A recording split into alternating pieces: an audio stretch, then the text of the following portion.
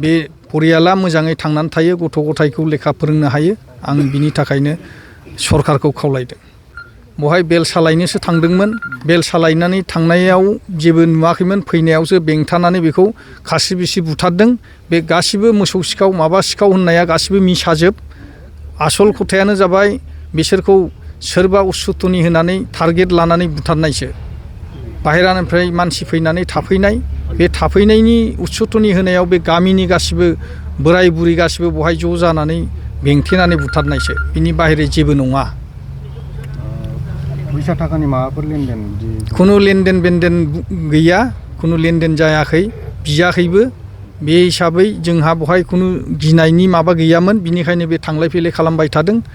आरो बे थांलाय फैलायावनो सोरनि उसुतनि मोननानै बेखौ बुथारदों जों बेखौ बुंनो हाया बिथाङा थांबाय थायोमोन लकेलनि मानसिफ्राबो हयथ' सिनायोमोन थांलाय फैलाय खालामबाय थाखादों बोसोरसेयानो जाबाय दिनैसो बे 19 थारिखआवसो बेल सालायनो थांनानै फैफिननायावसो मा खारनाव बुथारा बेखौ जों बुंनो हालिया खिन्थु बेबादि जोंनि जायगायावनो जों बुथार जायोब्ला जोंनि बर' हारिया बोरै थांनानै थागोन थांलाय फैलाय खालामनो हायाबा दा बिनि थाखायनो बैसोर जुदि थिर बोरला लानानै कालसार खालामनानै जुदि थायोब्ला जों मालाय मानो सिखा रुवा लानानै थाबायनो मोना गतिके बेखौ सारा रायजो राजाखौनो आं खावलायो बा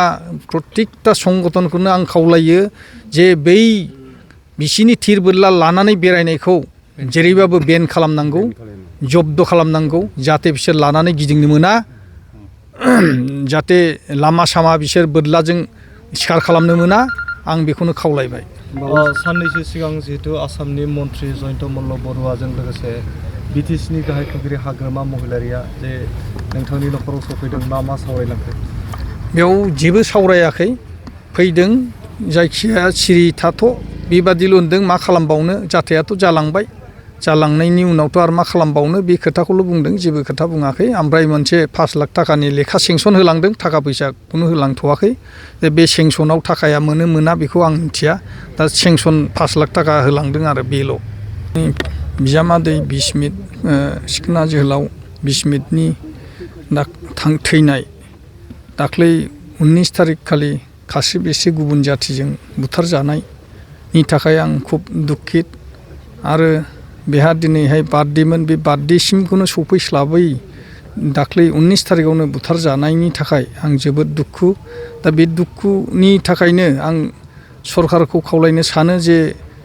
मा खारनाव बेखौ बुथारा जे जोंनि जायगायावनो जों जुदि बुथारजायोबा जोंहा थानायनि मोन्थाय गैयाबा गुबुन हारिजोंसो जोङो गावनि जायगायाव गुबुन हारिजोंसो जोङो दाउ अमा सिथार जानांगौबा जोंनि हारिया बहाय थानानै बोरै सोलिनो हागोन आरो जों दा बिनिखायनो सरकारनाव नियायखौ लुगैदों जे कालपिटखौ हमनानै जेरैबाबो फासि होनांगौ आरो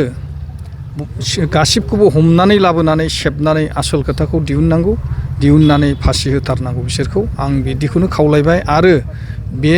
बिस्मित थैनायनि बिसि दं फिसा दं बिसोरनो नियाय होनांगौ साख्रि होनांगौ बिनि थोजासे डिमान्डखौ मानिनांगौ जेरै रायजोफ्रा डिमान्ड खालामनानै होदों बे 5 लाख थाखाजों जेबो जाया 5 लाख थाखाया दानि जुगाव जेबो नङा बिनिखायनो बिनो थोजासे जिखिनि रायजोफ्रा जेरै डिमान्ड खालामदों बेबादि डिमान्डैनो होनांगौ आरो साख्रिखौ होनांगौ